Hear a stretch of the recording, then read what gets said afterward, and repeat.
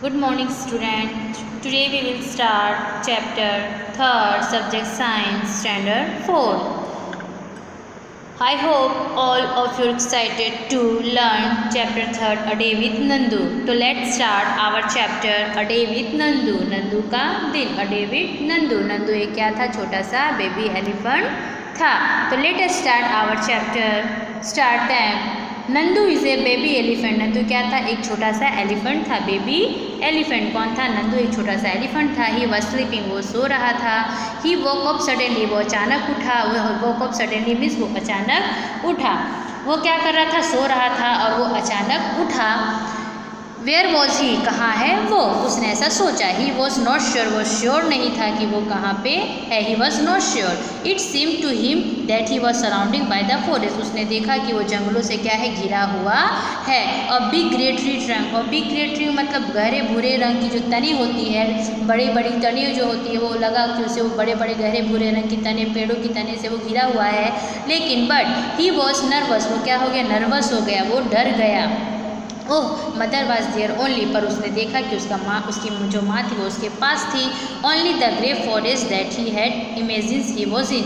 जो उसने grey forest देखा था वो तो सिर्फ इमेजिन था, बल्कि वो ग्रे फॉरेस्ट नहीं था, बल्कि वो क्या था?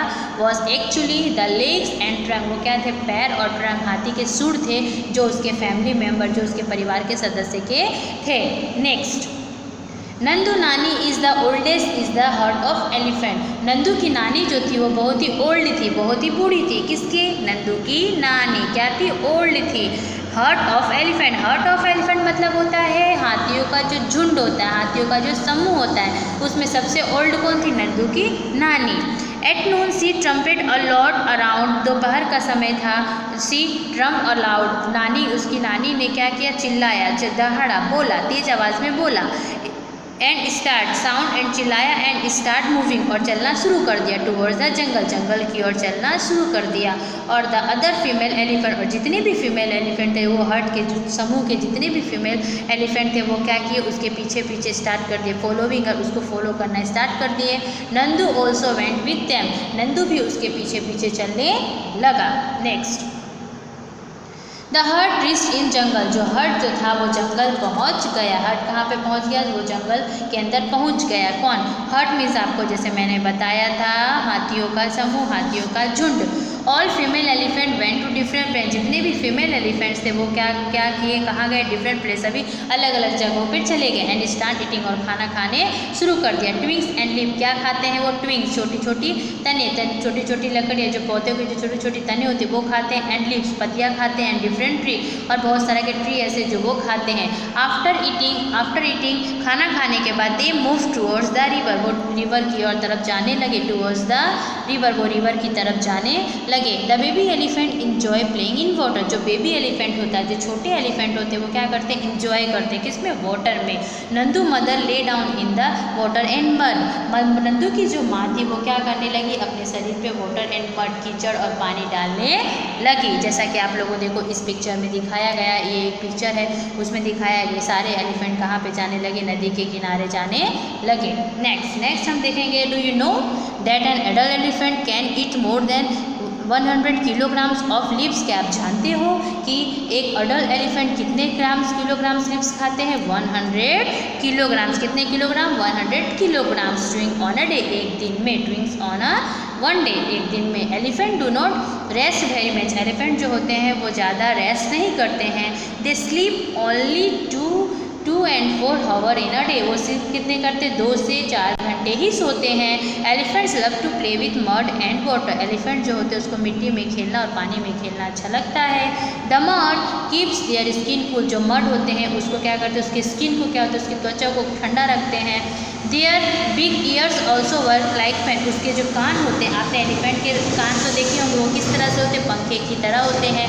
The elephant flap its ears to keep themself cool. जो उसके शरीर को ठंडा रखने में मदद करते हैं. नेक्स्ट, अब इन दोनों क्वेश्चन में आपको मैं पढ़ रही हूँ और आपको क्या सिर्फ फिलअप करना है? सिर्फ वही क्वेश्चन उतारना है और उसके आंसर लिखना है. ये वाला फर्स्ट वाला क्वेश्चन.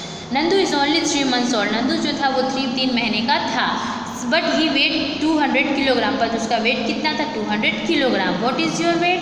आपका वेट क्या है वो आपको यहाँ पे लिखनी है. नेक्स्ट, यहाँ पे आप लोगों ने ड्राइंग में देख रहे हो कि सारे एलिफेंट जो है वो फन कर रहे हैं। कहाँ? रिवर में। सभी अपने मस्ती मजाक कर रहे हैं, सभी खेल रहे हैं रिवर में, नदी में।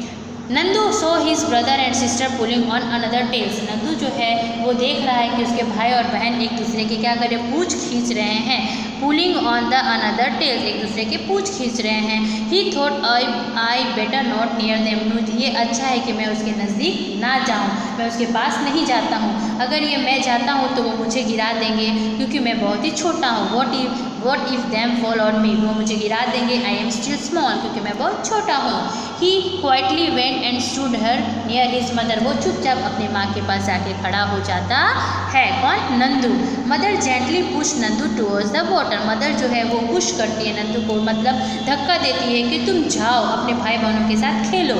As if she was telling him to go to and play, जाओ अपने भाई बहन के साथ खेलो, जैसे वो नदी में खेल रहे तुम भी वहाँ पे खेलो। Nandu love to play in water, Nandu जो रहता है वो खेलना चाहता है वाटर में। His cousins were already there, जो उसके कजिन जो थे, उसके भाई बहन जो थे वो उस नदी में पहले से ही थे, वो उनके साथ खेलना चाहता है। Just as he reached near a strong fountain of water, उसके बाद जब वो उसके सामने जाता है, अपने भाई बहन के सामने जाता है, just as a reach near a strong fountain, तो क्या होती है उसके जो भाई बहन थे वो क्या करते हैं? वाटरफॉल करते हैं, सूर्य से क्या करते हैं? वाटरफॉल करते हैं उसके सिर के ऊपर, जिसके कारण वो क्या होता है? भीग जाता है। Oh this was to work of his naughty cousins, तो वो कहता है कि ये बहुत ही नॉटी कजिन्स है, ये जो मेरे भाई बहन है बहुत ही नॉटी है।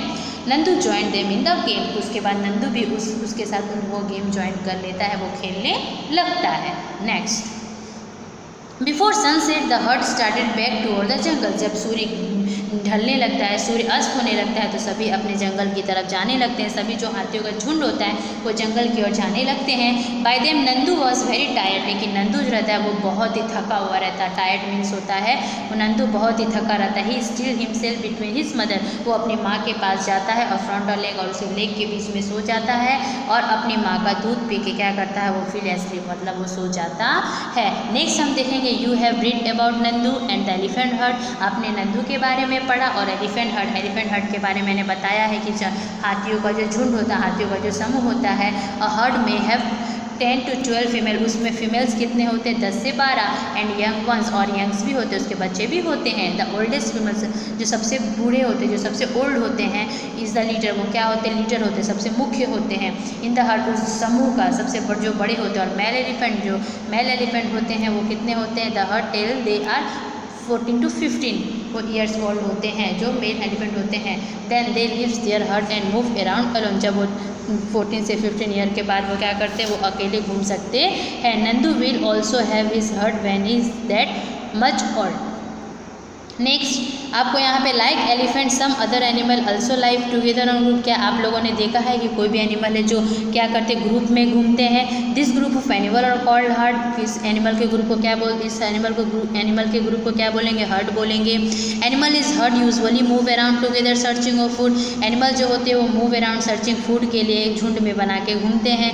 If you were Nandu and you lived in herd what will you do, अगर आप ये वाले क्वेश्चन आपको अपनी रब बुक में उतारनी है और इसका आंसर आपको लिखना है। अगर आप नंदू की तरह रहते और आप अगर झुंड में रहते, अगर आप फैमिली के साथ रहते, तो क्या आप मज़ा करते? क्या आप मस्ती करते? येस या नो। अगर इसका आंसर ये होगा, अगर मैं फैमिली के साथ रहता तो इंजॉय करता, मस्ती करता, गेम्स खेलता, तो ये आपको यहाँ पे फिलअप करनी है।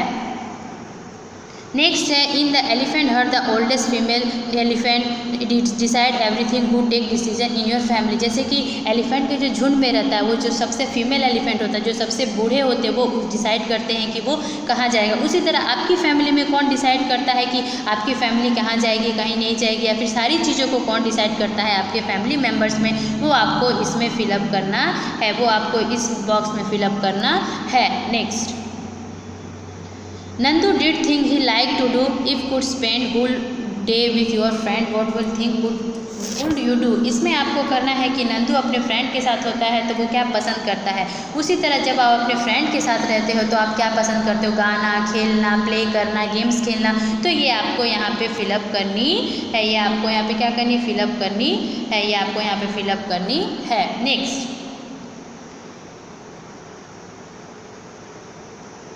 फाइंड आउट एंड राइट, आपको फाइंड करनी और लिखनी है which other animal lives in a herd, कौन कौन से एनिमल होते हैं जो झुंड में रहते हैं, जो समूह में रहते हैं, ये आपको यहाँ पे लिखनी है।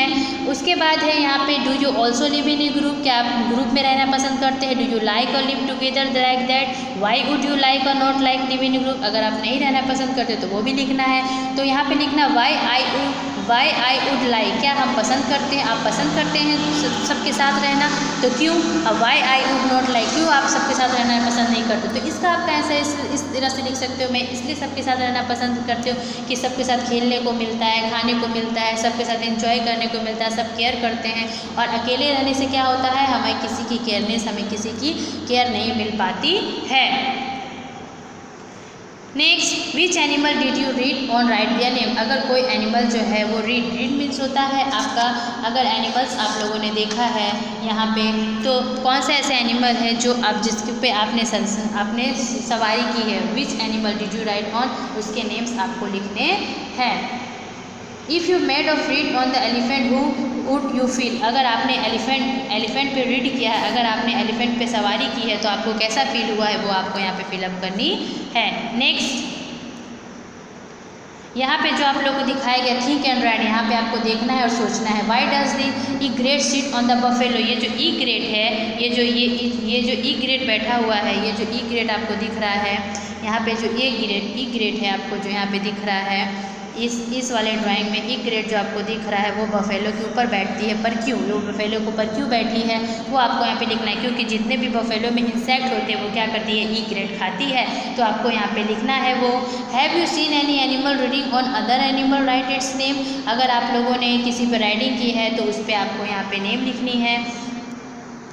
Have you seen any animal reading on another animals, right it's name, यहाँ पे मैंने क्वेश्चन पढ़ा है। Have you seen any animal reading, अब क्या आपने देखा है एनी एनिमल को कि जो अदर एनिमल के शरीर पे चढ़ा हुआ हो। The animal which is reading, कौन से एनिमल किसके ऊपर चढ़ा हुआ रहता है, जैसे कि क्रो बफेलो के ऊपर चढ़ा रहता है, तो यहाँ पे आपको लिखना है। The animal which gives us right, कौन एनिमल अपने ऊपर चढ़ने देता है वो आपको यहाँ पे लिखना है। नेक्स्ट आप है which animal do we use for reading, कौन से एनिमल का आप यूज़ रीडिंग के लिए करते हो, मतलब उसकी सवारी के लिए करते हो। विच animal do you use carrying loads and lifting wait, कौन सा ऐसा एनिमल है जो हमारा बोझ उठाता है। बस आपको ये करनी है, बाकी का हमारा चैप्टर ख़त्म हो गया। जो आप लोगों को यहाँ पे मैंने क्वेश्चन दिखाया वो क्वेश्चन उतारनी है और उसको आंसर आपको अपनी फेयरबुक या नोटबुक में, रफ बुक में आपको लिखना